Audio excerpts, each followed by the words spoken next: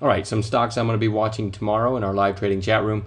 UNXL. Now, this is a thinner stock. It's a whippy trader.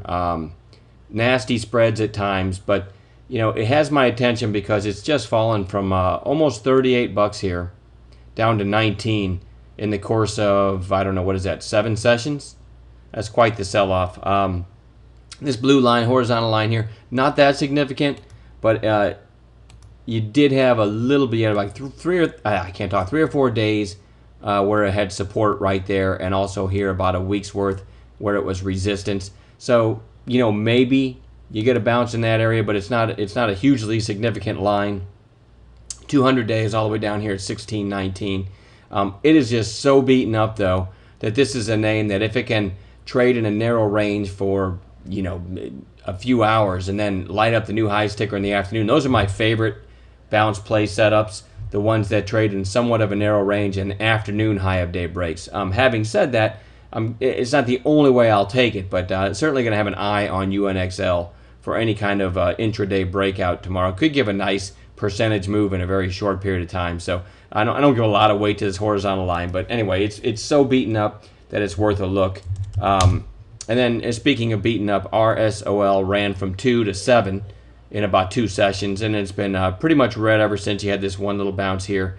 Time to start watching this one for a bounce again. So this is on bounce watch again, only with the proper intraday scenario. Another thin stock, BLOX, gapped up a few days ago and 3 days down, testing recent highs before the gap up. So maybe a bounce there too. Again, I don't like these thinner stocks, but it's worth watching. GameStop, GME, narrow range today, pretty beaten up from 40 down to almost 30. Worth watching. Okay, so these are all bounce plays that I'm showing you. One more of those, HCP, straight down for 5 sessions and nearing the 200-day around 47.35. That one deserves to be on watch for an intraday bounce as well.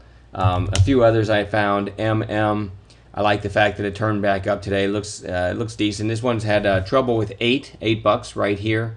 And then it broke through, came back down, and now it's retesting that area. So needs to kind of clear the $8 area with some authority, but you can see a little bump in volume today. Worth watching for a trade. KORS, obviously, big volume and near all-time highs.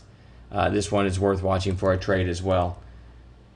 And then, another one, I don't even think I have it on the watch list on the member page, but VALE, also kind of interesting as a potential bounce play. Pretty beaten up here too. And maybe 5% dividend on that one, so that might give it some support as well. And that's the list I'm starting with. We'll add stocks as we find volume movers at the open and any gappers as well.